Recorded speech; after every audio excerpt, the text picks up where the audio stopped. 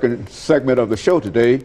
We're talking to Alana McLaughlin, and she's talking about child abuse and neglect. And she gave us some information during the first segment dealing with her background in education, as well as the classic example of what many people consider to be the classic example of the Charles Lindbergh case. And now she will give us some additional information. And of course, Lana, let's continue our discussion in reference to child abuse and neglect. Why don't you give me some examples of what you consider to be child abuse and neglect?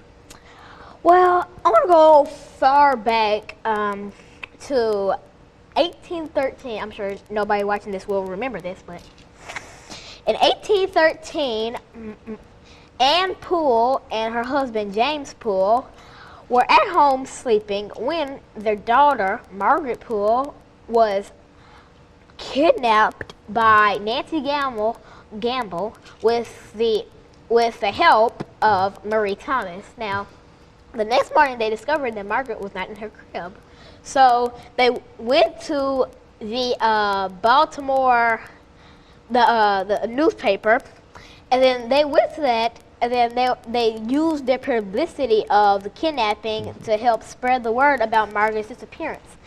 Later, over 2 months later, on May the 1st, the same year, they found Margaret in a creek. She had been brutally whipped by Gamble, but it also killed her for she had broken bones and a skull fracture. Mm-hmm. Now, the next case I would like to talk to is a case I'm sure a lot of people are familiar with.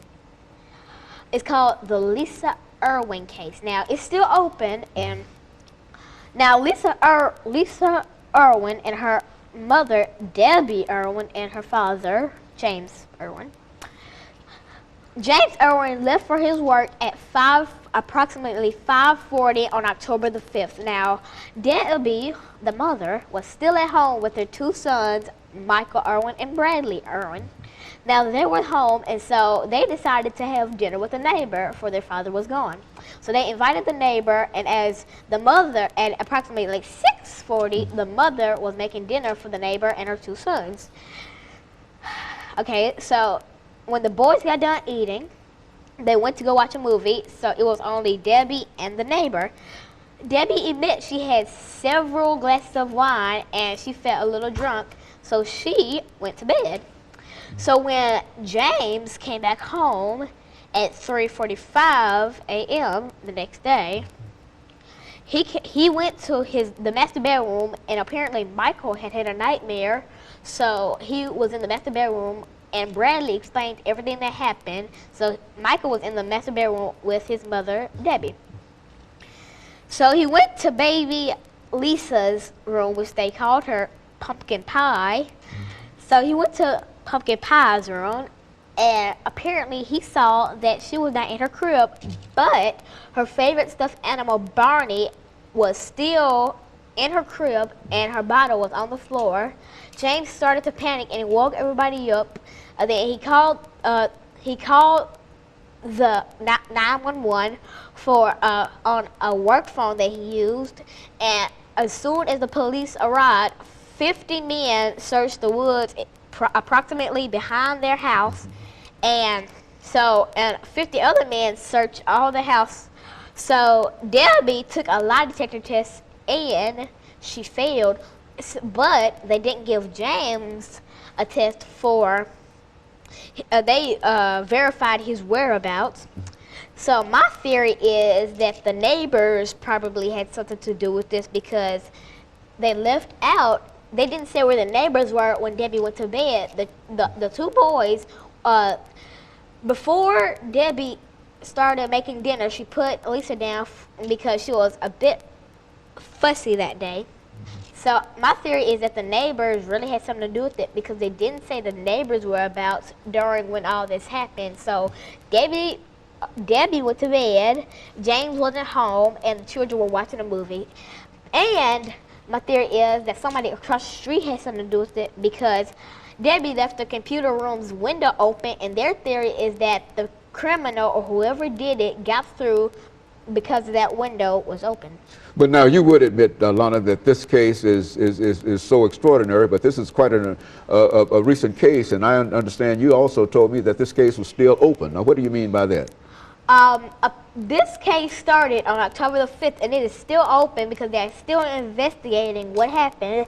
And if you read People magazine, the latest issue has baby Lisa on the cover, so you should check out People magazine, for it will tell you all the things that I have told you about it on that magazine.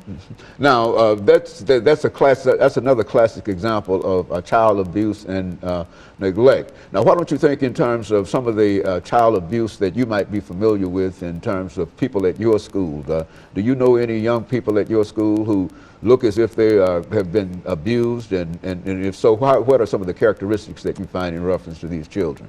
Well, there is this one kid at my school. He never really talks. He usually sits on his desk, and when I come over to say hi to him, he's quietly sobbing in his arm. And I noticed on his arm there were blood scratches all down his arm. And I asked him what happened, and he claimed that his dog attacked him. But I really think something is up. So I took him to the guidance counselor, and we're still trying to figure out if he's okay or not. Again, that's an example of what you're doing at your school. And also, I understand that you've established a bullying club at your school for young people who, because we're saying that not only do parents abuse children, but children abuse children. Is that correct? Say something about that. Well, bullying is it's commonly child abuse, and parents abuse their children too, so bullying is a part of child abuse. I've seen people get pushed down, people get kicked, people get smacked. I've really seen it all at my school.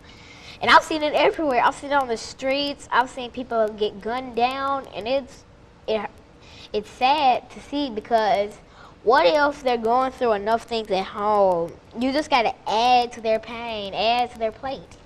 Very good. And of course, Lana, we're getting ready for our second commercial break here, and you've given us quite a bit of information about classic child abuse and some of the classic cases in reference to child abuse. And not only that, you've even opened up some cases that are even being investigated today, and giving your theories in reference to it, and et cetera. And I want you to know that we certainly appreciate that. But now, when we come back during this last segment, we're going to have to deal with what we might consider the classic kind of child abuse that you talked about earlier, and then we're going to deal with some of those issues involved. And we'll be back with our audience following this very, very short commercial break.